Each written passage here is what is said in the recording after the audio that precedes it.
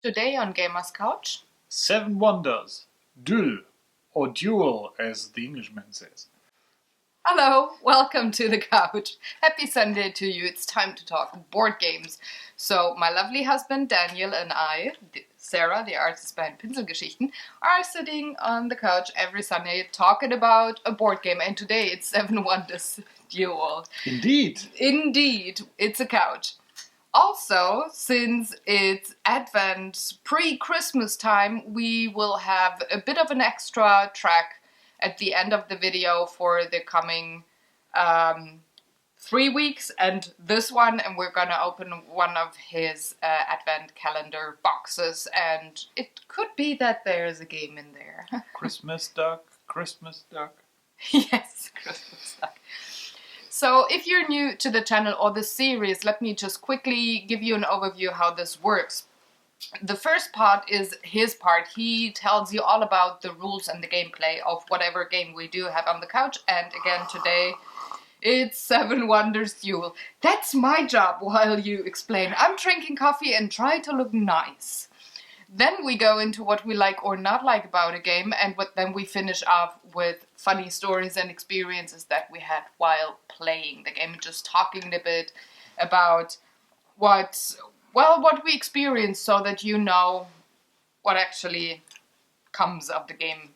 So let's get started. Rules and gameplay, my dear. At the time of this recording, it is winter in Germany, and it seems that you may want to travel to other countries that know nothing like winter, or at least are in a bit more warm climates, or maybe even see something of, well, cultural value, maybe one of the Seven Wonders, maybe even build your own little town with this. Well, not seven, but a couple of wonders of those Seven Wonders. Be the best at doing that and win over the other player. Which brings us to Seven Wonders Duel, and as the name implies, this is the two-player version, or, well, it's a standalone game, but it's a pure two-player game. Very similar based on the Seven Wonders game, which can be played by more than two players. In this game, you have a handy track where you can, well, surprise track stuff. So on this thing you have your military and science things on here, and I'll get to that in a moment, as almost always with these explanations. Yes? No, I'm just Drinking the coffee, not spitting the coffee. I'm trying very hard. The main game resolves around, well, picking up cards to build your little, well, or start with a little settlement, maybe build it into a town or multiple towns, and then start building the wonders to give you even more options during your turn. And on your turn, what you do is rather simple. You have only a limited amount of cards available to pick, and you pick one and either, well, build it if you have the resources, or sell it for money, or use it to build one of your wonders that you get at the beginning of the game. So let's start there. When you start out, there's a set of wonders where you will select 4 of those. So that makes 8 wonders, surprisingly, for 2 players. But don't worry, only 7 of those will be built. No, we don't get to that. We get to that right now. I said we get to 7. So you'll see these wonders here have a cost associated with that, so that's what you need to build it. And if you want to build it, you just pick one of the cards available, and it just goes under here to indicate that this wonder has been built. And all the wonders give you different benefits. In this case, you get a military thingy, victory points, and get to destroy a brown card from the opposing player.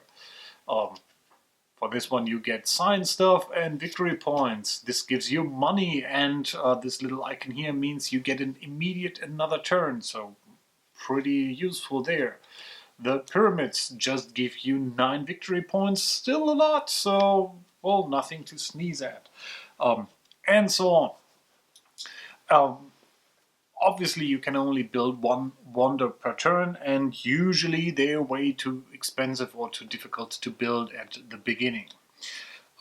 Among the cards that are available, you will find that you play in 3 epochs, and the cards will be arranged in these fashions. So you have like a pyramid shape on the first, then an inverse pyramid on the second, and on the third you have a glob of cards.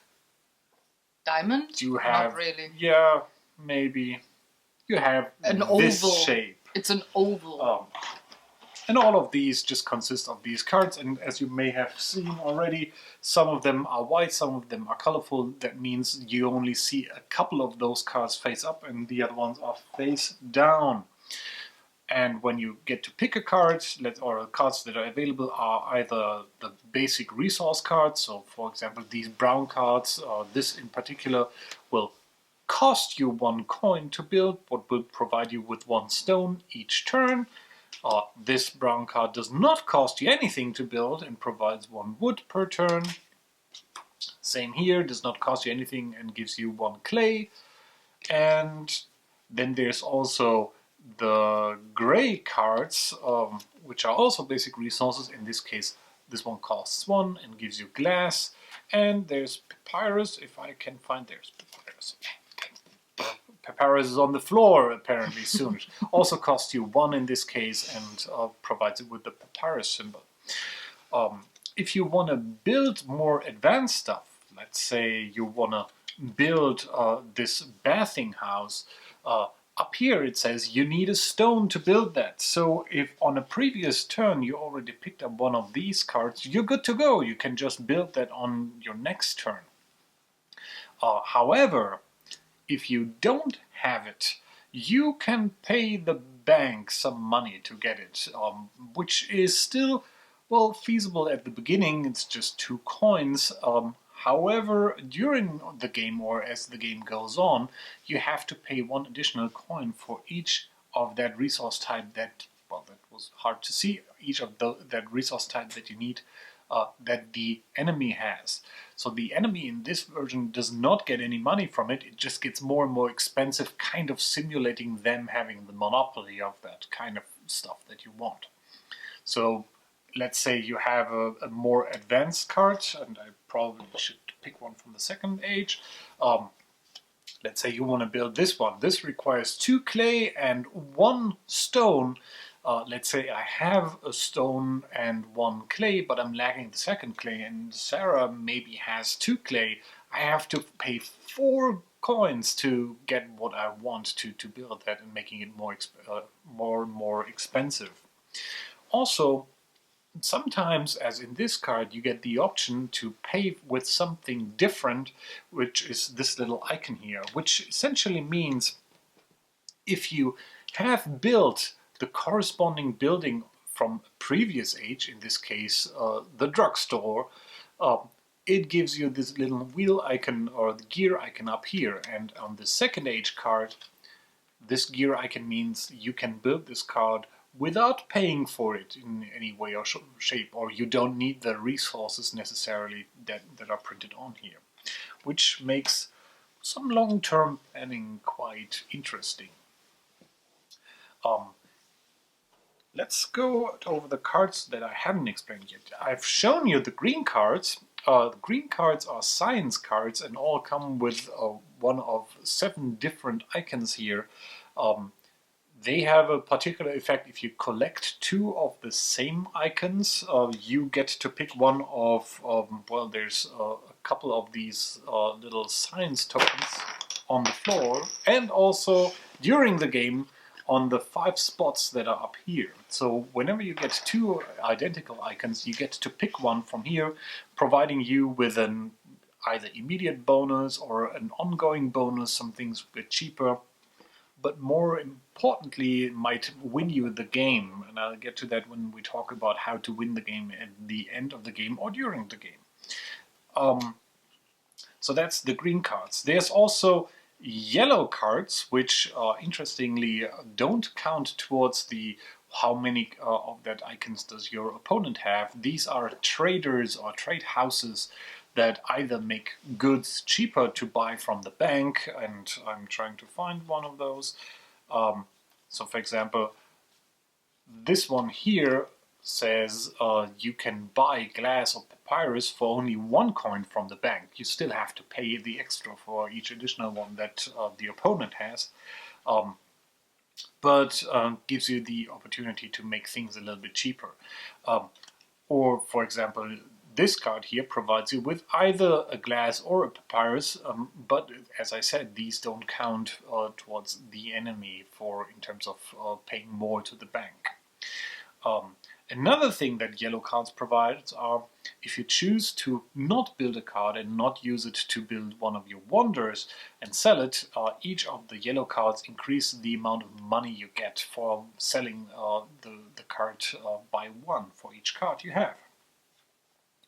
Then there's the red cards. The red cards, similar to the green cards, influence how you play on this board.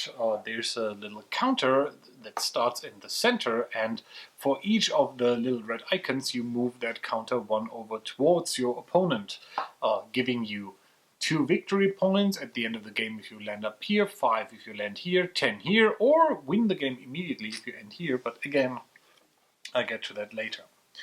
Also, these the 5-point victory, or the 5 victory points and the 10 victory points are hidden, not necessarily hidden, but have these tokens on here.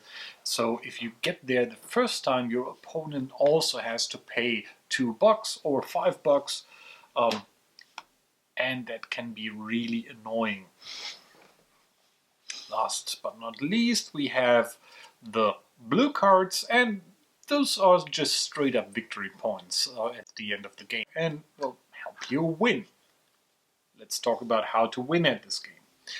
I already said one way to win the game instantly is if you move the counter towards the end of that track. So don't get careless and, well, pay attention what cards your opponent is picking, because if he's picking all the red cards all the time and maybe has some wonders that also give that, he might just, well, beat you to death, because that is the conflict victory where you have just, well, overrun all your enemies.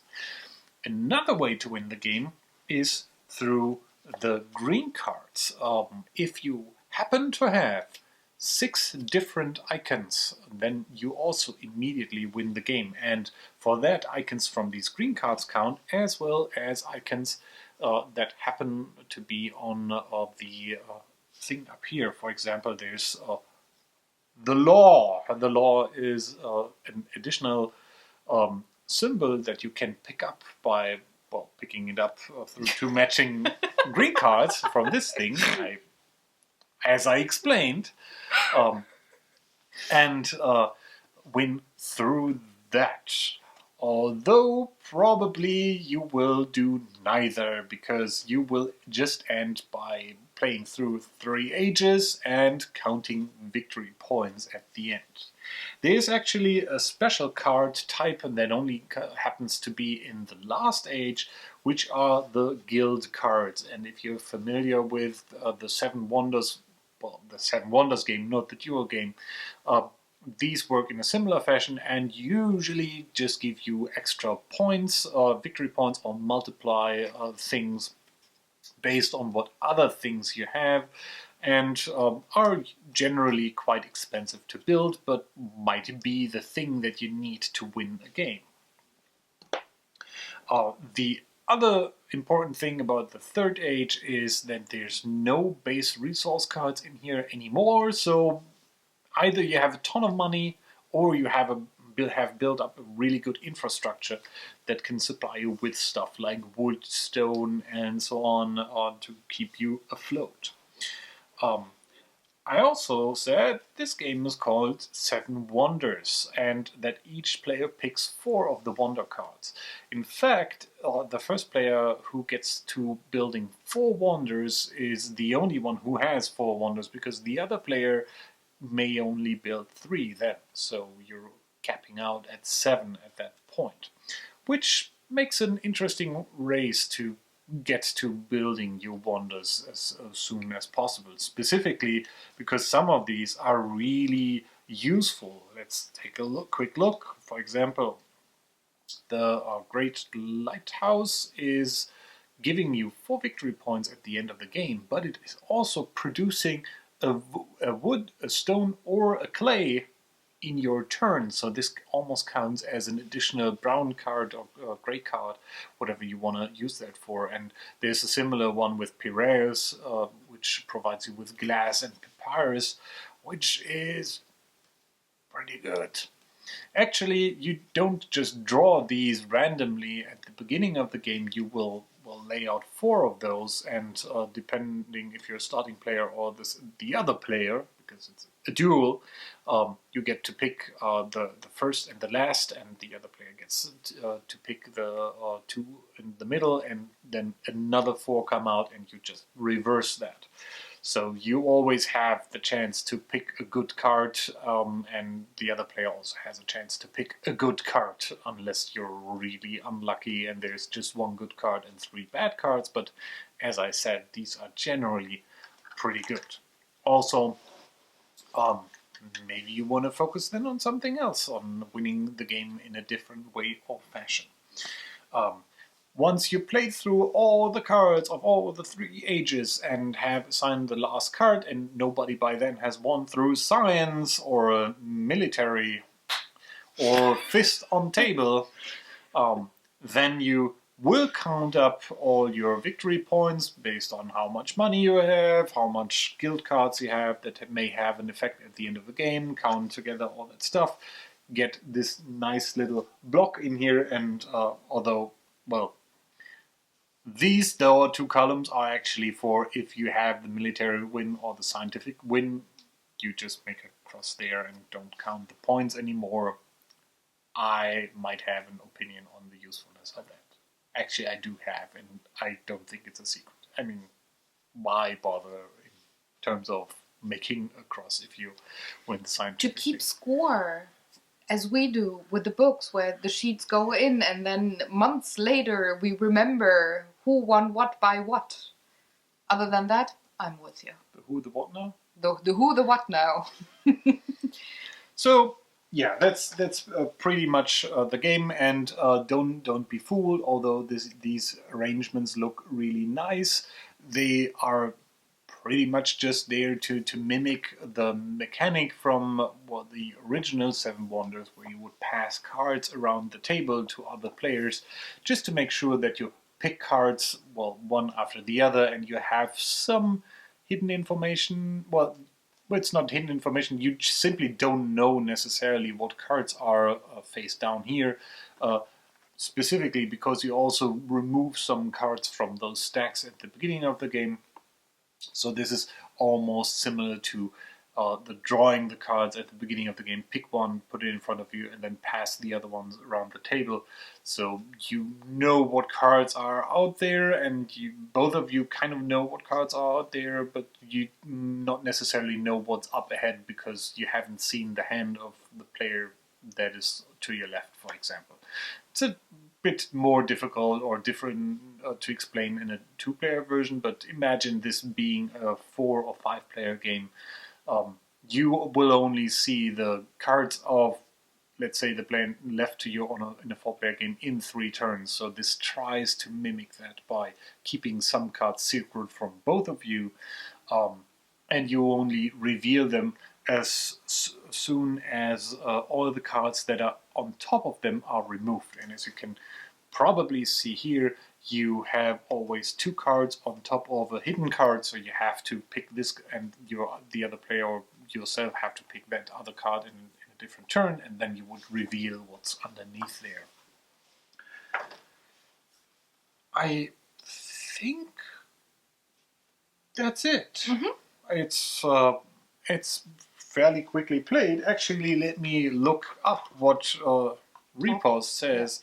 Repos says this is played, surprisingly, a game for 2 to 2 players, being age 10 plus, and is supposedly going for 30 minutes, and that's pretty much what it takes to play this game. I think one of the longer things is actually to arrange the cards in a nice fashion at the beginning of each age. But yeah, That's that. that's the game. And now you hopefully may decide to talk about what you like and what you disliked about this game. Correct. And not travel to Egypt to say the pyramids. No. Funny fact, my favorite of the 7 world wonders of the old age is a different kind of wonder. It's not the pyramids. It's the traveling to the moon. No. I'm bad with these wonders. Look at the cards, for God's sake. Anyways. Is it the Great Lighthouse? No. Are we going through the whole stack? No, Is it Piraeus? No, it's this one here. Where's the... What? You don't know it either? I just know the German name. I don't know the English one. Halikarnassos. It's in Turkey, and it was a big grave site for I don't know what Maybe kind of person. It probably still is, unless No. It's they built the from the stones of that grave site. They actually built the wall around the port in Bodrum. Were you ever? Mm-hmm. You were there, right? Mm-hmm. Yeah. So down at the harbor, they built the wall, and that tower of the castle kind of thingy. That are the stones from that old world wonder. It's not there anymore. But if you are there again, or if we are there again, an hour by bus away is the other world wonder, Ephesus. And there you can see a lot of stones, and it's really gorgeous, but it's only my second favorite. Welcome to the History Channel. Welcome to... Yeah, I'm a nerd. I'm sorry. Anyways, let me tell you what I like or not like about the game. First of all, of course, I do like the game when you know the designer and my... Bruno Cathala. For the designer. It's Antoine. Antoine Cathala? No, that's Bruno. No, it's not. It's Antoine Bauza, or Boza, as the Frenchman says, and I really like his game, and this is no exception here. So, tiny disclaimer, we played the Duels game before the 7 Wonders base game, though it's out way longer, and the Duels just came out at Spiel.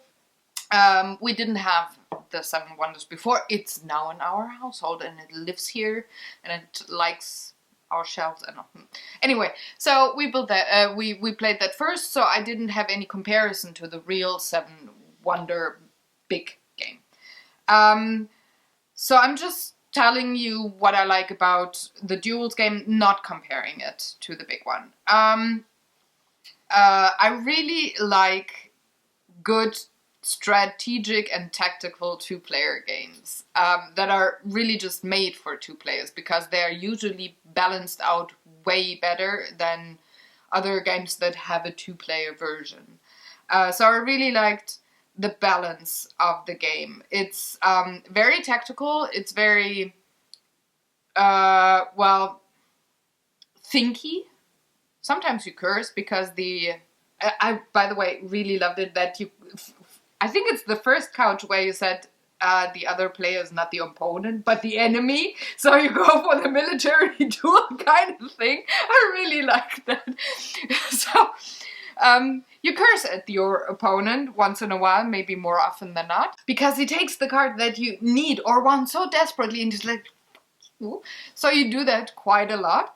But I like that you're never stuck, though the other player might really just take all the cards that you need to build the wonders. You can always go for military or science, even if you can't build the wonders, because the other player is taking the cards you need to, build your lovely wonders there. So I like that it's very tactical, very strategic, but still you are not stuck. Also, it's very quick to learn, and I think easy to teach. You didn't... Fuck you. Sorry, guys. That grin is just... Oh, gosh. I'm never going to hear the end of it. So... very easy to teach. So anyway, you didn't seem to have a problem to go through the manual and teach me that again. And now my nose, oh gosh, awful. So I really like that. Away from the gameplay and stuff, just looking at this game, it's gorgeous. I mean, the artwork is really nicely done. The components are sturdy and nice. The cards are a bit tiny for his hands. They're big enough for my hands, but I do have way smaller hands than he has.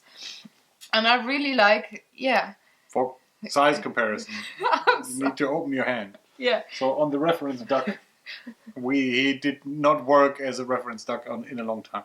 So you have your small Fantasy Flight card. Yeah, but I don't mind because I do have tiny hands. So, but it's a bit more difficult for you. But all the cardboard pieces, like I really like that the coins are printed or punched out uneven, just like real antique coins. They have like a wear feeling. They're really. It's just this attention to detail that I adore in games. So that was a big plus too. And once you have a few games under your belt, you're very familiar with the icons. You don't have to look up things. It's maybe game 2 or 3 that you're really comfortable playing it. It was a bit slower than 30 minutes for us, of course, on the first game because you're learning. But again, it's a really nice game with different kinds of mechanics to win. I like that there's not just one mechanic in there, though it's a quote-unquote small or a tiny game. That could actually be a dinner game, but still be a full strategic tactical game that I could play more than once a night. So, yeah, loved it. But I'm with you, by the way, before I forget it, and that's my last part of the 2 cents. The tally up pad, yeah, it's kind of ridiculous to have the green and the red victory condition being on the pad because you usually just end before you can even tally up points. But the rest up here is really, really helpful to just tally up all your points. And you could write on the back of the sheet if you have a victory with green or red, if you keep those pieces for the year just like we do. So, yeah, they will go into the bin once I have the statistics done for this year. But burn! Paper burn! No, but other than that, yeah, it's just, they had space on the pad, so I did put it on there. Anyway, what did you think about the game? So, do you have something you don't like? Like, really don't like? Playing against you, but that's not the game's fault. Okay. I like playing against you, but then not. I have to say, and I'm starting with stuff I'm actually neutral on, although it might seem that I might dislike it. I don't mind that the cards are so small, because you don't hold them in your hands the time. They're always on the table, laid out either in that fashion I showed you, or when you get them, you put them in front of you they start to be your little town, whatever city and you don't have to hold them up. That makes things a little bit easier with that. As you said, I really like the artwork and the art style with that. I like that it's fairly simple to teach. And see what I mean? I'm never going to hear the end of it. No, it's not only because the rules are written in a very simple way, but because the game is rather simple. It's everybody. If it's your turn, you just pick one of the cards that are available to you, and more become either available or less and less become available. You kind of work your way through what's on the table, and you only have pretty much just 3 decisions to make, if at all, because if you cannot build something, you have to sell a card, and then you just get the money for the card, and doing that. Something I don't think that winning by science or by military will happen unless someone else is not paying attention. And with that, I mean the winning by signs or winning through military victory. Since everybody can see what cards are available, you will always know when your opponent is going for a military victory, or will see when the green cards are amassing there. You always have a chance to see that, and so you will start picking the cards that would make the other player win the game. So the red cards and the green cards are more of a harassing mechanic in this game, where you you can force the other player to deal with you by forcing him to pick the military card, because if the other player doesn't do that, you win the game. Or harassing well, actually the military stuff is a bit more annoying for you, because you also lose coins and the other player gets victory points through that. So it's tipping the scales. But I mean the straight through military victory that immediately ends the game is probably not going to happen unless you are really unlucky, or even then I don't think it can happen, because you can always deny the other player the card that they would have to pick up. What if there are 2 red cards and you destroy one and the other one still... Yeah, but then that means you have missed the opportunity to deny the other player that getting that far in the prior turn. Yeah, we're going to talk about exactly that in the experiences, because I'm very much with you on the green. I'm not so much with you on the red win. But we're going to have that in the experiences, because this is something that we kind of had. But go on with what you... As I said, I think both of them are there to create a sense of pressure, and they're good for what they are, but they're not really a victory condition. I don't know. It's maybe it's but that's obviously just my personal feeling about this. And that being said, that also goes into another thing, and that might be gameplay experiences a bit, but this is a game for me that plays a lot on autopilot. In regards to, I kind of start picking up cards, and that kind of funnels my options, what I want to go for and what I want to do, through the entire game. And even though you have at best, and let me check this, at best you have 6 cards available to pick from, depending on how these things go over, and at worst you have 2 or just 1 card to choose from. And through you will always pick the card that is best for you, and it is rare that there's more than maybe 2 cards that you actually want to pick up anyway.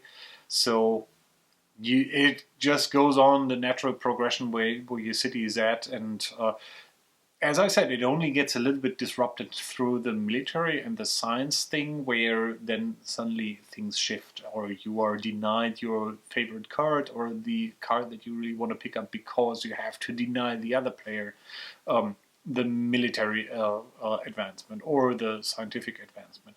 But, well, nonetheless, those cards still give you benefits, so it's still a good idea to not just simply sell the military card, but maybe build it so you can either deny the other player some victory points at the end of the game, or maybe keep them from pushing too fast forward into your this costs money kind of territory, depending on where they are. But that's what I mean with, to me it's on autopilot, because I pick kind of the best choice of what's available to me, and since the game funnels itself automatically towards a kind of optimum pick with each turn, that is what's going on there. So it's kind of, I would say either you lose because you don't pay attention each turn on what you're picking, and I mean that's fair game, but to me, if I had to compare this, I had to say this reminds me a little bit of Solitaire, where if there's a chance that you might end up in a situation where you cannot win because although you played in an optimal fashion, kind of, you were just unlucky because you got the card that you needed to not, or you had the wrong setup, you were missing some money or something like that. But you really lose the game, and I'm not saying that you didn't pay attention, but... no, there were exactly the thing that you had said first. There were cards that either one of us needed to go for another track, and you were just in your turn ahead of me, so you got them, and I had no other choice. So, and with that being said, I think that is fine for being a simple two-player dinner game or an entryway maybe to, well, actually the Seven Wonders isn't too different from that either. I think it just requires you to have a bit better memory of what cards are going around the table. But it is a simple game, and that's not a bad thing, I think. However, you might think that with a duel in the name of the game, this is a very heavy strategic thing to go on. No, it isn't. It is a fairly light two-player dinner game, and it's fine for that. I think for me, it hits the sweet spot of being you can play this and actually talk or look something. We didn't talk. We didn't have a podcast. Well, no, watch something or listen to something on the sides, and it is not as noisy as throwing dice through the room. And you still have something that requires your attention, but not your full attention. And there's no grandiose stratagem that you can. No, but it's more the strategy or the tactic of.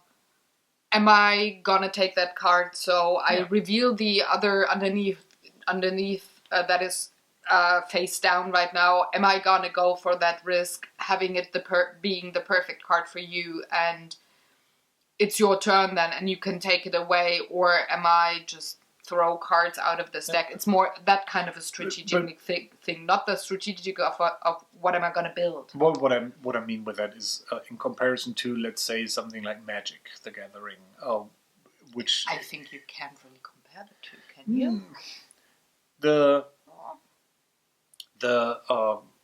The tactical thinking or the complexity of, okay, if I do this, then that, and someone else is way bigger there than it is with this game. Anyway. But anything you liked other than the artwork?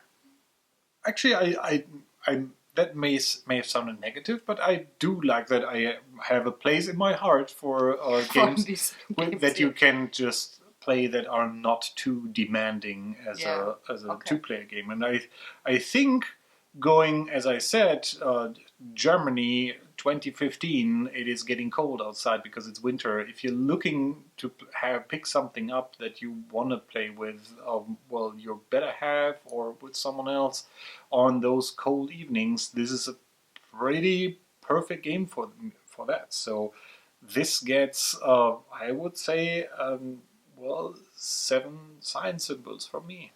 Ooh. Well, on my personal scale of 1 to awesome, it's a 10.5, so it got over the awesome.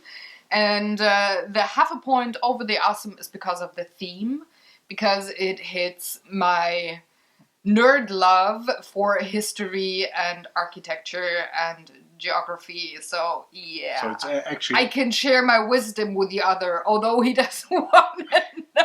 So it's actually a 3 out of 10, but it gets a 7.5 for being a smartass? No. Because you can teach me something? Please, go on! You didn't get your box yet. Be nice. No, it would have been a 10 with any other theme, but the theme just hits my love for history, geography, and... But it's not an awesome. It's a 10.5. It's an awesome and a half. See? Usually you're just saying it's an awesome out of 10. So no, it's better. It's even better. It's than awesome and awesome. Everything is awesome. Yeah. So, anyways, that's the rating. Let's go into funny stories and experiences. Now, I don't think that we do have particularly funny stories. We have the occasional curses. Of course, we played it 5 times. And coming back to the military thing, because I once played the military strategy, but not from the start. I tried to have the building my world wonder kind of thingy and get maybe a bit of the green, but it was that occasion that he took all the cards that I needed, and not because he's mean, because we had very few cards. Both of us had a use for those cards. Not only in use for it, but in need for it. And just with the turns, you were the lucky one. So in age 2, I started with the military, and I got you to 7 or 8. It was like 2 or 3 points that I needed to have the military win, and there was only 1 red card left. And he, of course, got it, so I didn't get the military win. But what if, I'm wondering, what if you go with the military strategy right away, from age 1, and then you disrupt the play of the other so much that either he has to go for military as well, or maybe kind of combine it with building 1 wonder, but he will probably not be able to even build wonders, and then it's just a military standoff. I think maybe it's just me, but if I would see you go for military cards early on, you saw it quite late. Actually, I didn't care that much about you picking those up, because I always pick them up, but not as many as I did there. So let's say worst case scenario, you really plan for this. So starting with the wonders selection, you pick the wonders that give you military advancement. If there are any. That's usually we had at least one. Then. Yeah. So you get that, and you are actually might be lucky enough to have a lot of military cards in play as well, and you're going for that. If I see that, I would say after the second card you pick up, I would make a conscious effort of picking up military cards as well, and that immediately foils your plan, because but it also screws with you. Because then you have to use your turns. And what if there is more than 1 red card available? So you take 1, I take 1. You can only destroy 1. You can't destroy both in 1 turn. But for each card that I pick up, not only do I deny you 1 military advancement, I also move the thing into my direction again. And that leads to both of us... still staying fairly much in the middle if we both continue that struggle. Even if you take 1 card more than me, then maybe you get 2 victory points at the end of the game. And it leads to both of us having a pretty mediocre signs or town. So what if I go for red right away, but I also buy other things, and you just keep going with your... And you realize it when I go to maybe... say the second section, you don't care about the 2 victory points, but you realize it once I get into this section. And that's why I said after the second thing I would counter. Oh, you mean that second? Oh, I thought you mean the second card that would still have me in the 2 victory points. But the cards from range. the cards from the first age are almost always just 1. So one you military advancement. You would only realize it. And there's only 3 of those in the entire set. So, so I would be in the second age, and you would realize it maybe when I pick up the 3rd card. So then you're so much into your strategy for maybe going for science or the blue cards or just building your wonders, that you could be at a point where you think, shoot, now I gotta either switch to military or waste my turns denying her the militaries and destroy the cards. So you cannot progress, and you try to stop me from getting the military cards, but what if there's more than 1 out there? So I still advance. Yeah, but there's still limited. Yes, card. very much so. But I think that's why the strategy is in there. But I don't think you can win. We'll have to try. I'm pretty sure even if you decide to win with a military victory, that you will always be able, or that the other player will always be able to prevent you easily from doing that. We gotta try exactly that. What about the green thing? Do you think that red and green in combo could be a winning factor towards the military, so that you try to deny me the green cards and I get the red ones? And I think I won once with through the science victory, and yes, that was and I was once very close. And that was only because you just didn't pay attention at that thing. And once I was very close to winning, but I think I had only 6 or 5 military tokens. I was like 1 or 2 shy of winning. I think both of them are just there to create a pressure to direct the other player towards a certain direction. And they're not there to have a strategy, but to rather screw with the other player. And maybe I don't know. I wouldn't actually. The military track, I think that's the reason why the little tokens are on there as well, that you lose money, because otherwise you would just say, whatever. It's 10 points for him. It's inconsequential, sort of, and you would do that to keep them from winning. The green things are also they're a little bit more interesting, because let's say you get some advancements in the military thing. So at best case, you get for that, you deny 7 coins from the other player and get 10 victory points at the end of the game. Let's assume you don't do that to winning. That's the best maximum outcome you can get through the military thing, as I said, apart from winning the game. The science things have interesting other effects. I mean, the law thing seems to be the most useless, because it doesn't have an added effect, but it still counts as an icon when you try to go for the 6 different things. And let's say you pick this up, and that makes you have at least 2 out of 6, even if you just have 1 pair of something. The other ones, however, let's say if you pick philosophy, that's 7 victory points, and or you get I think theology. You get another turn when you build one of your world wonders automatically, and these all give you bonus victory points or coins. Or, for example, the agriculture gives you 6 coins and 4 victory points. That's not too far off from what you get through the military thing, and yeah, let's say you picked up 4 red cards, which would be enough to pick 2 of these things with 4 green cards with the identical symbols. It's difficult to compare with each other, but let's say you picked up 4 red cards, which might get you into that 10 range. So that is almost as much worth as 10 victory points and 7 coins. And on the other hand, if you pick up 4 green cards, that might give you with these 2 11 victory points and 6 coins.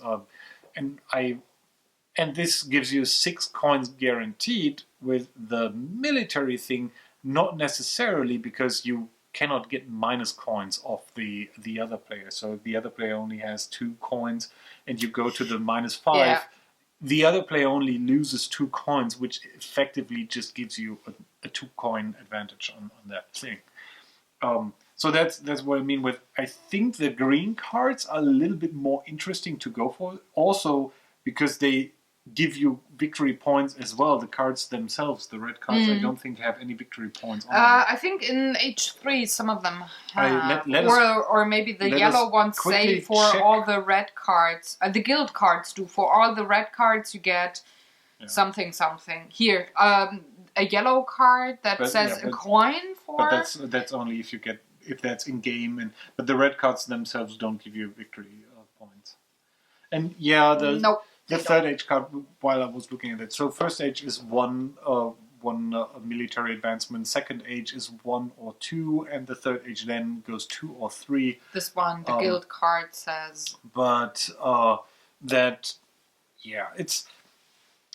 that's what I mean with you can both ways are. I don't think you can make sure to have that as a plan for the game. You can't start a game and say, this game I'm going to win on a military base, or in this game I'm going to win with the scientific victory.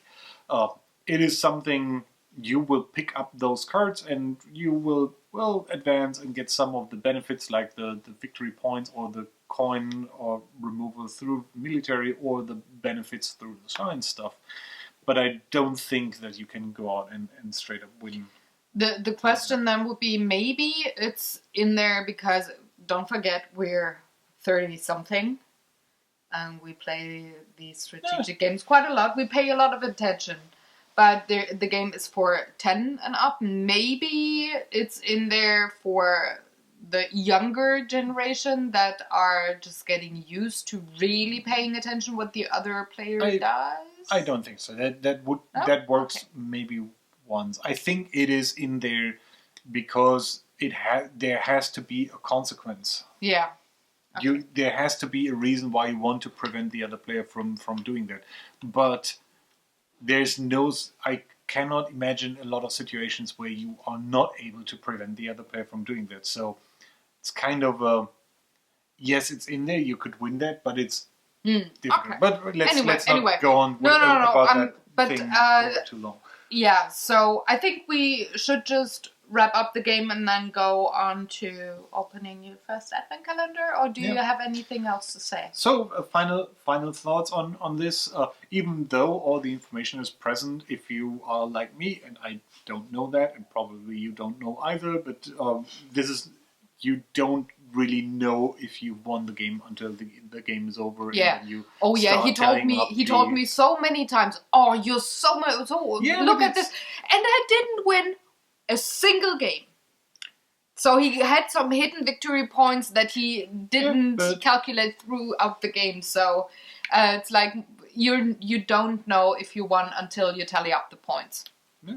Don't get worried during the game. And in regards, there is, although I said this is on autopilot, there are some decisions in there that you make, and those are not necessarily which card are you going to pick up, but more or less is are you going to build 4 of your wonders or just 3? I would go so far to say you have to build at least 3 wonders to stay in the game. I think you had 1 or 2 games where you... No, I always had 3 wonders. It's Maybe like that's why I won. No, it's like 1 game where I had 4 wonders, or I had 2 games where I had 4 wonders, but still didn't win. So yeah, but you would agree you have to build what you can build. You have to build at least 2. You should go for 3, and if you can, build 4. Yeah, just to deny the other player the 4th with that. Yes, yes. Though not all of them do have victory points on them, they give you enough throughout the game so that you can advance in other actions. Like they give you resources so that you can buy the blue cards or the green cards. And those cards give you the victory points then. So I would say it's crucial to build as many wonders as you can. Yeah, no matter what strategy. And again, I think it's. And that is something actually I like about this. It's from the moment to moment, looking at what you have available to pick from or to choose from. Yeah, there's a lot of replayability there because you take out cards and everything's different. And again, as I said, you are not me, but just to explain, that is actually something and although I said this is different from games like Magic, but I do like stuff like drafting games or games where you just... This is what you have available to you now. Make the best out of it. And for that, this is perfect. And it is still quite easy to go on. And I wouldn't recommend playing this maybe with someone who's going all math on you and tries to go for the min-maxing thing and just slows down the game. So that might be a risk. It didn't happen for us, but we're typically not that kind of player. folks. No. I mean, even I look at We do sternly a at bit- some cards. Yeah, but we do that usually for don't. a bit, but it's not what slows us down to a point where it's not fun to play the game anymore. We are very observant and we do math in our heads, but it's not the only reason to decide which card to take on this part. And Anyway, although we haven't played the two-player version from the original Seven Wonders, I'm pretty certain that this That is I will the like better this- yes. two-player version of Yes. that game. yes, I'm actually sure. And since we are in the unique position of not having played Seven Wonders before playing this, if you don't have Seven Wonders, this is actually a pretty good entry into then getting started with Seven Wonders, because the rules are very similar in a lot of parts. You're used to the icons and all that gist. But let's end it there and go into the advent calendar. Mm-hmm.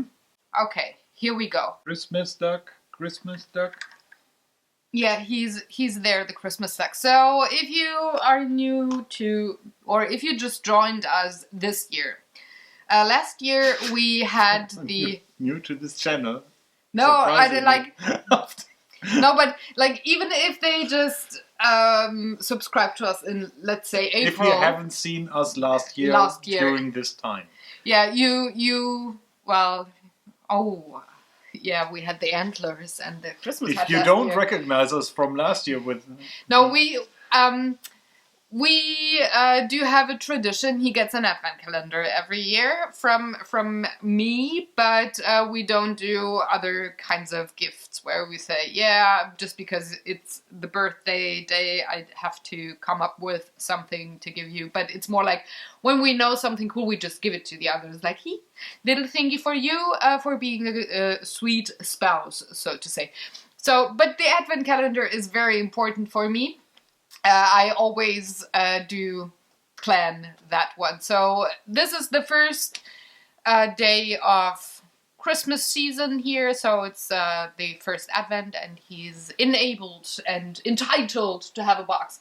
And they are in specific order, so he's not allowed to touch them. No. I'm going to tell you what you're going to open. They're in specific order, so he's not allowed to touch them or shake them during the week or smell them or whatever, but only every Sunday. And they stand here throughout the whole week's time, and it's heavy and fragile, so be careful. No, I'm rearranging here meanwhile, and you can open it and see what you get. To keep you waiting for too long, I'm starting to unpack this. Yes, do. In a timely fashion. In an internet fashionable unboxing or unwrapping video. So now I wrap. Yeah, you can just. Yeah, I have. Just rip it. I usually have. You don't usually. Yeah, I know. The great fun of.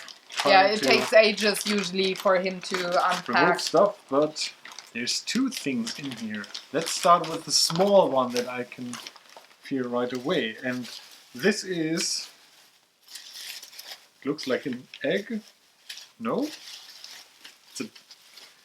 It's a space duck. Yeah. I like my space duck. He can be on the wall back there with the Psycho Skirtle painting. I like this space duck. Almost as tall. Astronaut. It's almost like a life-sized image of He's an astronaut. the little duck. Yeah. So let's take a look at what's the bigger thing in this package. It's a It's a game. It's a game. It's a game about lying, which is not the one you do for sleeping, but the kind of communication I do from day to day. Whatever. I heard you. I'm not gonna. What's in the box kind of game. Yeah. Although you haven't seen 7, so you wouldn't get the reference.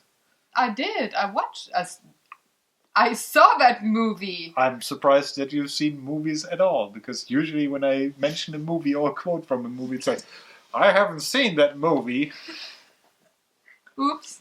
But I know this one. Thank you very much. You're most welcome. Now I can bully other people at the border trying to. You didn't say which one it is, and there was a glare on the screen. I thought people would have seen it. It's glare. It's the Sheriff of Nottingham, the game where you try to smuggle goods into a town, and one of the players is the Sheriff of Nottingham, and you try to convince him that there's no contraband in your little baggie, and well, doing stuff.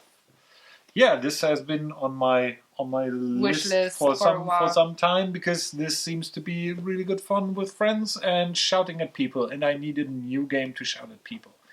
You always need a new game to shout at people. Yeah, well, almost every game I have is a game where I shout at people, but this is unintentional shouting. Yeah, well, we finished the campaign of Imperial Assault, so you were in desperate need of. That was more shouting people at me than that too. Me shouting at people. Both ways. Anyways, so yeah, that was the first advent, and you, my dear folks, at the other end of the screen, you will see this game on the couch at one point. So it's kind of like a little advent gift for you as well. And with that, we say like, subscribe, and goodbye. Share. And share. And thanks for watching. And if you have any questions or other comments, leave them in the comment section below. We'd love that. So take good care. See you next Sunday on the Gamer's Couch, and I will see you on the. Woo, that was my shoulder. In the hospital, because the arm fell off during the. No, I will see you tomorrow with a new art journal. So if you love art, tune in tomorrow. Bye. Space Duck.